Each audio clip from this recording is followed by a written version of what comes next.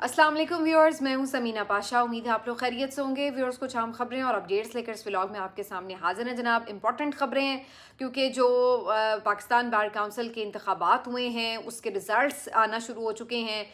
जब तक आप ये व्लॉग देख रहे होंगे शायद रिज़ल्ट्स मुकम्मल हो चुके हों, लेकिन उसमें क्या एक ट्रेंड सेट होता नज़र आ रहा है वो मैं आपको ज़रूर बताने की इस वक्त भी पोजीशन में हूँ, तो वो आपके साथ शेयर करेंगे। इसके साथ साथ सुहेल आफरीदी को नाअहल करवाने की तैयारी है क्या, और इस सिलसिले में एक बाकायदा मुहिम शुरू कर दी गई है।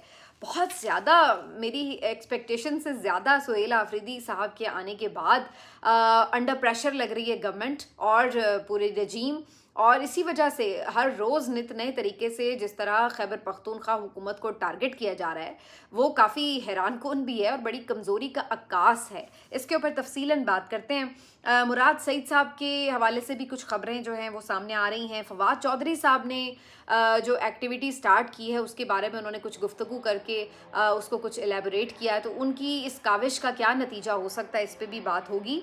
और कुछ दीगर खबरें भी हैं इसी व्लॉग में आपके साथ डिस्कस करेंगे। आपसे रिक्वेस्ट है कि चैनल को सब्सक्राइब कर लें अगर अभी तक सब्सक्राइब नहीं किया। इससे पहले कि मैं खबरों की तरफ जाऊं भाई, मैं अज़मा बुखारी साहिबा की बहुत शुक्रगुजार हूं कि उन्होंने मेरे खिलाफ व्लॉग किया।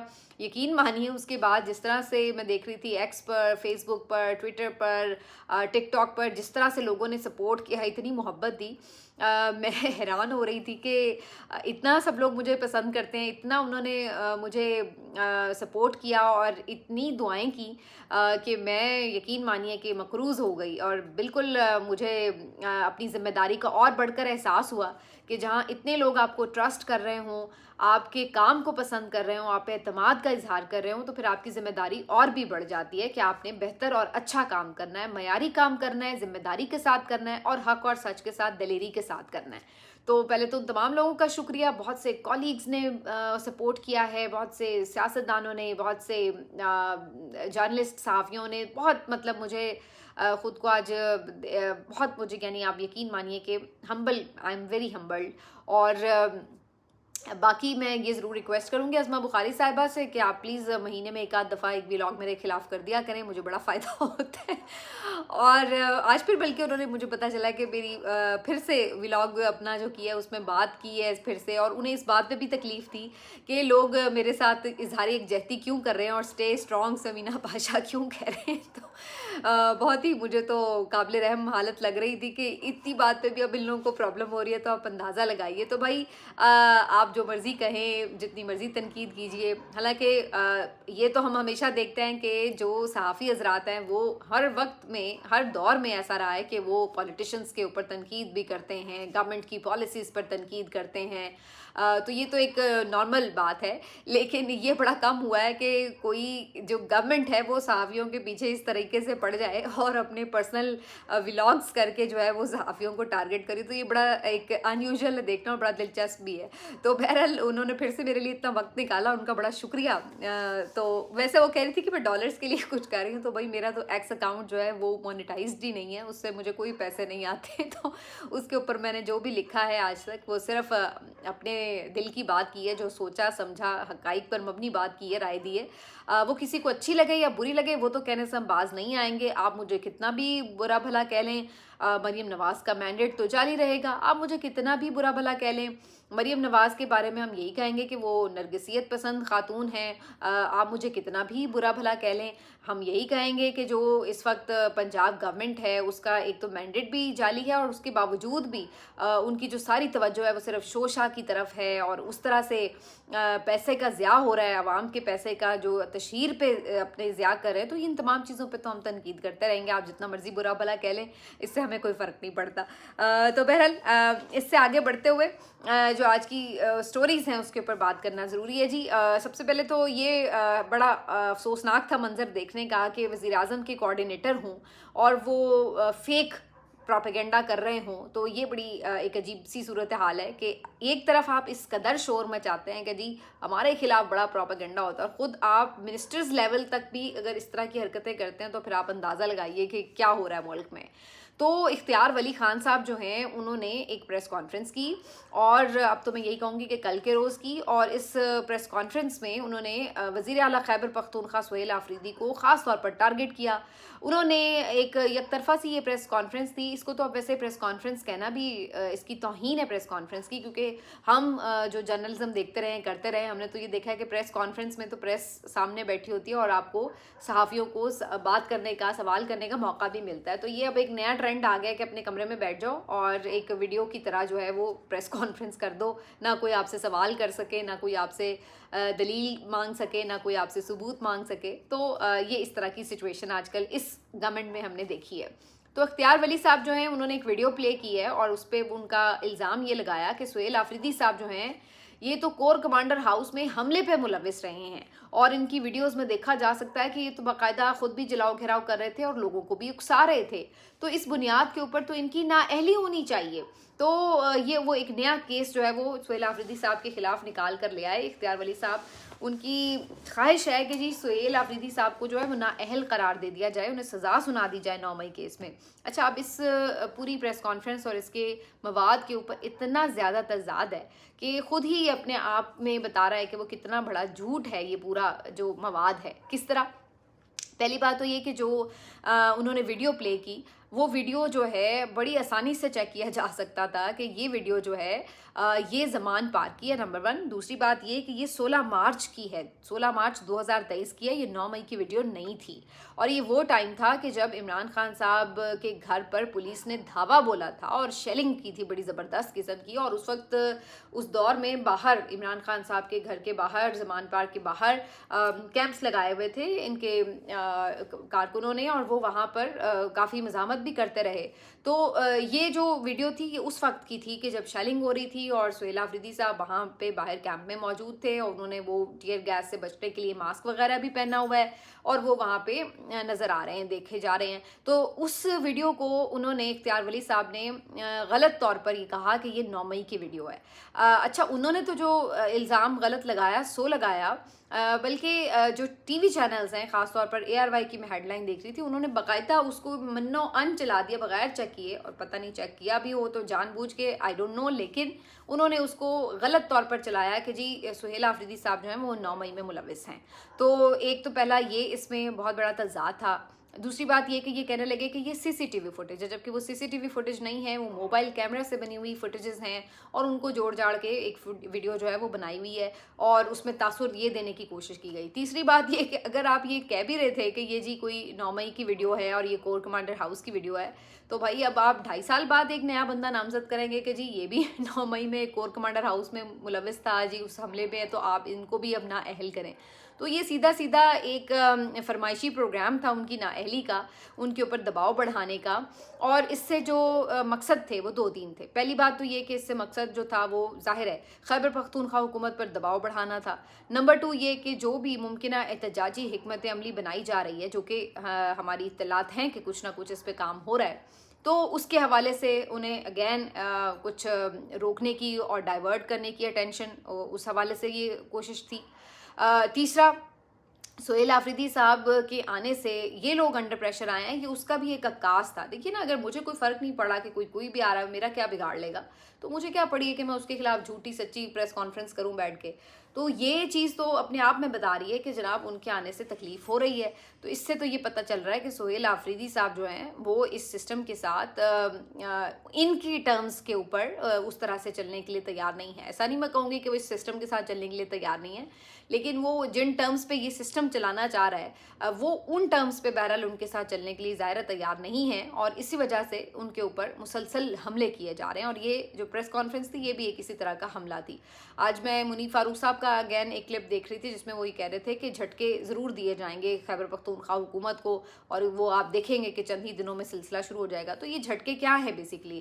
یہ جھٹکے اگین اسی طرح کی چیزیں ہیں کہ مختلف معاملات کے اوپر تنگ کیا جائے گا، कोई ना कोई कोशिश की जाएगी, रुकावटें डाली जाएं इनके काम में।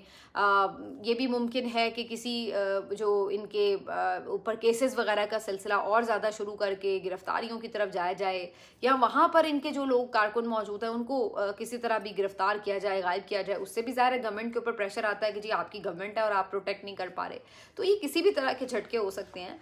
लेकिन ये तमाम चीज़ें बता क्या रही हैं? बता यही रही हैं कि मुसलसल एक महाज आराई क्रिएट की जा रही है बाकायदा खैबर पख्तूनख्वा के साथ। अब इस महाज आराई से निकलना कैसे है? फवाद चौधरी साहब का ये मानना है कि महाज आराई से निकलने की ज़रूरत भी है और इसकी कोशिश वो खुद करेंगे, और इस सिलसिले में उनका प्लान ये है कि टेम्परेचर नीचे लाया जाए।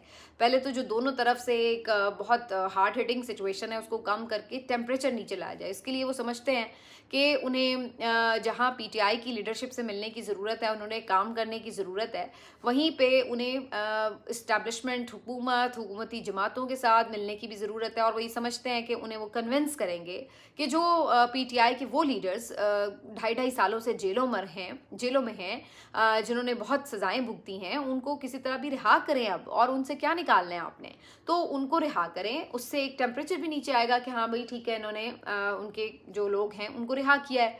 और उसके बाद ये वो लोग हैं जो इमरान खान के डेडिकेटेड साथी हैं, और इनको इमरान खान तक रसाई दी जाए ताकि वो खान साहब को भी कन्विंस करें कि वो एक मिल बैठकर और वे आउट निकालने का तरीका कार जो है उसके लिए कुछ अपने लहजे में भी नरमी लाएं और कुछ वो भी थोड़ी सी अपने कदम आगे बढ़ाएं। तो इस तरीके से उनका जो प्लान है कि इस तरह बात हो। अब उन्होंने ये ऐलान किया है कि जी वो पीएमएलएन के भी वज़रा से मिलेंगे, वो मौलाना फजल रहमान से भी मिलेंगे, और भी जो लोग उनको लगता है कि इस पूरे कॉज में उनके लिए हेल्पफुल हो सकते हैं वो उनसे कांटेक्ट करेंगे। बज़ाहिर ये बात वो पहली दफ़ा नहीं करे, ये प्रोग्राम उनका पहले भी था, उन्होंने पहले भी 1-2 दफ़ा कोशिश की, लेकिन उस वक्त भी ये कोशिशें बारावर नहीं साबित हो सकी। अच्छा, इन तमाम कोशिशों के हवाले से एक ये भी मार्केट में बात है कि जनाब चूँकि अब लग रहा है कि जो केपी की नई हुकूमत आई है और ये लोग मिलकर कोई एहतजाज प्लान कर रहे हैं, तो उस एहतजाज को गैर मौसर करने के लिए भी मुज़ाकरात का एक दफ़ा फिर से डोल जो है वो डाला जाएगा। और ये कहा जाएगा कि देखें जी, जब मुज़ाकरात से बात हो सकती है तो क्या ज़रूरत है एहतजाजी सियासत की, ये वो। तो उसको एक डाइवर्ट करने के लिए भी ये सारी गेम हो सकती है। ये कुछ लोगों का ख्याल है कि इसके पीछे ये वजह हो सकती है, लेकिन ये ज़रूरी नहीं है कि ऐसी वजह हो, लेकिन ये हो सकता है कि इस वजह से भी ये सारी चीज़ें हो रही हों। अब कहने का मकसद ये है कि क्या ये बाहर की मुलाकातें करने से ये टेम्परेचर डाउन हो जाएगा? क्या इस तरह हम कहें कि जी बातचीत शुरू हो जाए तो उससे वाकई कोई वे आउट निकल आएगा? तो प्रॉब्लम ये है कि इमरान खान साहब के पास ये मुज़ाकरात का रास्ता लेकर के तो पहले उनके अभी मौजूदा साथी जो हैं वो भी कई दफ़ा गए। अली अमीन गंडापुर साहब से क्या बेसिकली इख्तलाफ हो रहा था, वो तो खुद इस बात के हामी थे कि बातचीत से मसला हल किया जाए, एहतजाजी सियासत से कुछ नहीं निकलेगा, टकराव नहीं करना चाहिए, हम नहीं जीत सकते इस्टेब्लिशमेंट से, तो हमें अपना वे आउट निकालना चाहिए। तो यही अली अमीन गंडापुर साहब की राय थी। लेकिन इमरान खान साहब ने इस राय को एक्सेप्ट नहीं किया, उन्होंने इस राय को रद्द किया। हाँ, ये ज़रूर है कि शाह महमूद कुरैशी साहब भी जब उनसे मिले या उनका पैगाम उन तक पहुंचा, बाकी कुछ उनके मेंबर्स पहुंचे, तो उन्होंने ये पैगाम पहुंचाए। तो इमरान खान साहब ने उस वक्त सब लोगों के कहने पर, आपको याद होगा कि जनवरी में एक बल्कि दिसंबर के एंड में एक कमेटी बना दी थी मुज़ाकरात की, लेकिन वो कमेटी इतनी अनपावर्ड थी कि वो जाके एक मुलाकात तक नहीं खान साहब से करवा सकी थी। तो जो लोग एक मुलाकात नहीं करवा सके, वो क्या इमरान खान साहब की रिहाई के लिए कोई रास्ता निकालेंगे? तो ये बहुत सारी सवालात हैं जो कि फिर रहते हैं। लेकिन इमरान खान साहब ने फिर भी इन सब के कहने के ऊपर कहा कि बिल्कुल हम एक मौका दे सकते हैं मुज़ाकरात को, और डायलॉग के ज़रिए अगर मसला हल होता है तो अच्छी बात है। और इमरान खान साहब ने उसमें भी कोई पहली शर्त ये नहीं रखी थी कि मुझे रिहा करें। उन्होंने कहा आप मुझे छोड़ें, आप, मैं बैठा हूँ अंदर, सुकून है। आप लीडर्स को रिहा करें, आप वर्कर्स को रिहा करें, आप ख़वातीन को रिहा करें, जो आप लोगों ने हमारे लोग पकड़े हुए हैं उनको नाजायज़ आप सज़ाएं सुना, उस वक्त तो सज़ाएं नहीं सुनाई हुई थी, सज़ाएं सुनाने जा रहे हैं, आप उनको रिहा करें। लेकिन इनमें से किसी चीज़ के ऊपर भी कोई अमल दरामद नहीं हुआ, बल्कि आपने देखा कि उल्टा ऐसा लगा कि हुकूमत के जो वज़रा थे उन्होंने तो इसको एक ट्रैप बना लिया कि जी आप लिख कर दें ताकि वो कुछ लहरा के दिखा सकें कि इमरान खान ने एनआरओ मांग लिया है और इस टाइप की चीज़ें। तो कहने का मकसद ये है कि उनकी कोशिश हो सकती है कि जी हम इस तरीके से कोई वे आउट निकाल लें, लेकिन اس کا حل جو ہے وہ مشکل نظر آ رہا ہے، اور عمران خان صاحب اس طرح کی کسی چیز پہ کمپرومائز کریں گے نہیں جو کہ یہ لوگ چاہ رہے ہوں گے۔ ہاں یہ ضرور ہے کہ عمران خان صاحب سے بات چیت سے پہلے اگر آپ یہ کچھ کر دیتے ہیں کہ ان کے کچھ لوگ رہا کریں، یاسمین راشد صاحبہ، یہ جو باقی کوٹ لکھپت جیل میں اتنے اسیر قیدی ہیں ان کو رہا کریں، تو عمران خان صاحب کو بھی پتہ چلے کہ آپ مذاکرات میں کچھ سیریس ہیں، تو وہ بھی ظاہر ہے کہیں نہ کہیں اپنی کوئی بات چیت کے لیے نرمی بھی لا سکیں گے اور کچھ ہو۔ لیکن اب اس وقت جو ہے وہ اس طرح کا موڈ نظر نہیں آ رہا۔ نجم سیٹھی صاحب نے تو خود بڑا کلیئرلی اور کیٹیگوریکلی کہا ہے کہ جی عمران خان سے ملاقاتیں بند کرنے کی وجہ بھی یہ ہے کہ ہر دفعہ جب کوئی مل کے آتا ہے وہ پہلے سے بھی زیادہ سخت ہدایات دے دیتے ہیں، تو اس لیے انہی کی جو ساری ملاقاتیں ہیں وہ بھی بند کی گئی ہیں۔ تو یہ جی اس وقت ان کا تو پلان ہے، لیکن فی الحال یہ پلان جو ہے وہ کامیاب ہوتا کوئی خاص نظر نہیں آ رہا۔ اچھا، اس کے ساتھ ساتھ جو ایک اور بات ہے آج وہ یہ بھی ہے کہ جب سے سہیل آفریدی آئے ان کے بارے میں بہت تاثر ہے کہ ایک طرح سے سمجھ لیجئے کہ یہ مراد سعید کی گورنمنٹ ہے، کیونکہ سہیل آفریدی ہوں یا اور یہ آئی ایس ایف کے بہت سے جو نوجوان لیڈرز تھے یہ سب آپس میں کنیکٹڈ تھے، اور مراد سعید کی آئیڈیالوجی وہی ہے جو سہیل آفریدی کی ہے، جو اس طرح کے اور ان کے سارے ٹیم کی ہے۔ تو یہ اب بہت زیادہ ایک سوچ پریویل کر رہی ہے کہ بھی سمجھیں کہ جیسے یہ صوبہ تو شاید مراد سعید اب چلا رہا ہے، اسی کی سوچ جو ہے وہ پریویل کر رہی ہے۔ اس کے بعد سے بڑا تیزی سے مراد سعید صاحب کی تلاش کا کام بھی شروع ہو گیا ہے۔ یہ خبریں مل رہی ہیں کہ چھاپے مارے گئے ہیں ہوٹلز میں، اور آج بھی اس طرح کی خبر میں نے دیکھی کہ کوئی ہوٹل پہ چھاپا مارا گیا کالام میں، اور اس شک کے اوپر کہ جی مراد سعید وہاں پر موجود ہو سکتے ہیں، لیکن بہرحال وہاں سے مراد سعید صاحب جو ہیں وہ نہیں ملے اور نہ ان کی کوئی گرفتاری عمل میں آئی۔ لیکن یہ بات درست ہے کہ اس وقت سے ہلچل بہت مچی ہوئی ہے جب سے خاص طور پر سہیل آفریدی جو ہیں وہ اس طرح سے چیف منسٹر بنے ہیں، تو اب ان کی تلاش جو ہے مراد سعید صاحب کی کافی تیزی سے جاری ہے۔ اچھا، مراد سعید صاحب نے آخری جو ٹویٹ بھی کیا تھا، مجھے یاد ہے کہ سہیل آفریدی صاحب کو جب مبارکباد دی تھی، لیکن اس کے بعد سے آنورڈز ان کا بھی کوئی ٹویٹ بھی نہیں آیا۔ آپ کہہ سکتے ہیں کہ وہ ان کو بھی آئیڈیا ہے کہ اب وہ کتنی ان کی ہٹ لسٹ پر ہیں، اس لیے وہ بھی ذرا شاید محتاط زیادہ ہیں۔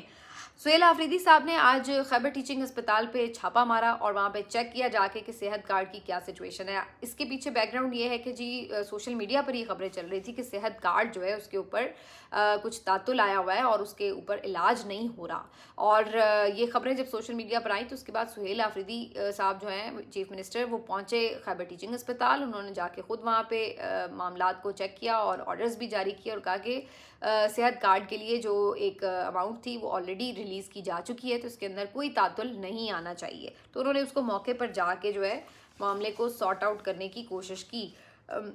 آخر میں جی میں تھوڑی سی بات کروں گی جو وکلا کے انتخابات ہوئے اس کے حوالے سے۔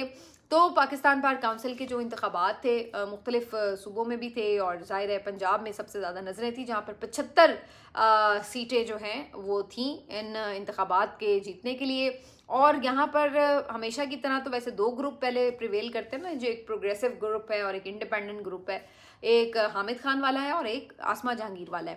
لیکن اب آسمہ جہانگیر کہنا تو شرمناک ہی ہے کیونکہ ان کی تو آئیڈیالوجی بالکل ڈیفرنٹ تھی، اب تو یہ بیسکلی احسن بن اور اعظم تارڑ گروپ کہا جاتا ہے اس کو۔ اس دفعہ ہوا یہ کہ جو حامد خان صاحب ہیں ان سے الگ ہو کر آئی ایل ایف نے بھی اپنا ایک تیسرا گروپ جو ہے اس کے تحت امیدواروں کو میدان میں اتارا تھا، تو آپ کہہ سکتے ہیں کہ جو حامد خان کے امیدوار تھے وہ بھی عمران خان کے نام پر ووٹ لے رہے تھے، اور جو آئی ایل ایف کے امیدوار تھے وہ بھی اسی آئیڈیالوجی کو سپورٹ کرتے ہوئے ووٹ مانگ رہے تھے۔ تو اس دفعہ یہ جو حامد خان صاحب کے لوگ ہیں ان کو بعض جگہوں پہ آئی ایل ایف کی سپورٹ تھی، لیکن بعض جگہوں پہ انہوں نے اپنے کینڈیڈیٹ کھڑے کیے ہوئے تھے، تو اس طرح یہ اب 3 گروپس کی صورت میں جو تھے یہ لوگ اترے ہوئے تھے۔ اس کے علاوہ آزاد امیدوار بھی تھے جو کہ میدان میں اترے تھے۔ جو اب تک کی اس کے اوپر رزلٹس آئے ہیں اس کے مطابق تقریباً 50-50 سچویشن لگ رہی ہے۔ کچھ جگہوں پر جو ہے وہ آپ کو نظر آ رہا ہے کہ جو اعظم نذیر تارڑ اور احسن بھون یعنی حکومتی گروپ ہے وہ کہیں آپ کو آگے جاتا نظر آ رہا ہے، اور کچھ بہت ساری جگہوں پر جو دوسرا گروپ ہے وہ آگے جاتا نظر آ رہا ہے۔ اس میں جو انٹرسٹنگ بات ہے وہ یہ کہ جو آئی ایل ایف کے تحت امیدوار اتارے ہیں یہ پہلی دفعہ اس طریقے سے اتارے ہیں جو پی ٹی آئی کی سپورٹ کے ساتھ باقاعدہ آئے ہیں، تو پھر بھی وہ کافی تعداد میں نشستیں جو ہیں وہ اپنے نام کرنے میں کامیاب ہو گئے ہیں۔ اب اگر اوور آل آپ دیکھیں کہ جو آئی ایل ایف نے نشستیں جیتی ہیں اور جو حامد خان صاحب نے جیتی ہیں تو وہ کل ملا کے حکومتی گروپ کے آس پاس یا ان کے تقریباً برابر نشستیں ابھی تک کی رزلٹس کے مطابق لگ رہی ہیں۔ کچھ جگہوں پر ظاہر ہے حکومتی لوگ بھی کامیاب ہوئے ہیں، تو یہ مکس سا رزلٹ ہے۔ میرے حساب سے یہ کچھ कोई 50-50 के करीब रिजल्ट आ रहा है, आधी सीटें शायद ये जीत जाएंगे, आधी सीटें शायद ये जीत जाएं, लेकिन अभी हतमी रिजल्ट्स आने तक चीज़ें क्लियर होंगी। कुछ जगहों पर इनका पलड़ा भारी है पीटीआई वालों का। फैसल मलिक एडवोकेट जो हैं, जो कि इमरान खान साहब के वकील भी हैं, उनकी जानिब से जो है वो काफ़ी उनको एक कामयाबी मिल चुकी है और वो अपनी नशस्त जीत चुके हैं। इसी तरह से और पीटीआई के जो हमायत याफ्ता इंतज़ार पंजोता साहब ने ILF के लोग जो थे वो खड़े किए थे, उनको काफ़ी तादाद में मिली है नशस्तें। तो कुछ जगहों पर ये भी खबरें आ रही हैं कि बद इंतज़ामी भी हुई है और लाहौर के ख़ास तौर पर जो रिज़ल्ट्स हैं वो बहुत ज़्यादा लेट हुए हैं। इसकी वजह से शकूक व शुबहात भी बन रहे हैं कि दोबारा से कहीं फॉर्म 47 का जादू तो नहीं चलने वाला। तो अब ये सारी सिचुएशन है, लेट्स सी कि जी इसके ऊपर अब इन दी एंड रिजल्ट्स जो हैं वो सुबह तक मेरा ख्याल है या रात गए तक फाइनल हो जाएंगे। तो फिर इसके ऊपर डिटेल में बात करेंगे और एनालाइज भी करेंगे, ये भी देखेंगे कि इसका इफेक्ट क्या होगा, क्योंकि दूसरी तरफ खबर ये है कि 27वीं तरमीम भी लाई जा रही है और अब ये 27वीं तरमीम जो है ये अदलिया के मजीद कितने पर काटेगी, क्योंकि पहले ही उनके पर भी काटे जा चुके हैं, दांत भी तोड़े जा चुके हैं, नाखून भी काटे जा चुके हैं। तो अब पता नहीं आखिर में ये 27वीं तरमीम जो है ये क्या मुकम्मल तौर पर उसको दफनाने के लिए आ रही है कि अदलिया का वजूद ही टोटली ख़त्म किया जाएगा, क्या होगा। तो ऐसे में जो आपकी वकला की आदत है वो किन लोगों के हाथ में है, ये काफ़ी रेलेवेंट और काफ़ी इंपॉर्टेंट हो सकता है। मिलते हैं आपसे अगले वीलॉग में, अपना ख्याल रखिए, अल्लाह हाफिज़।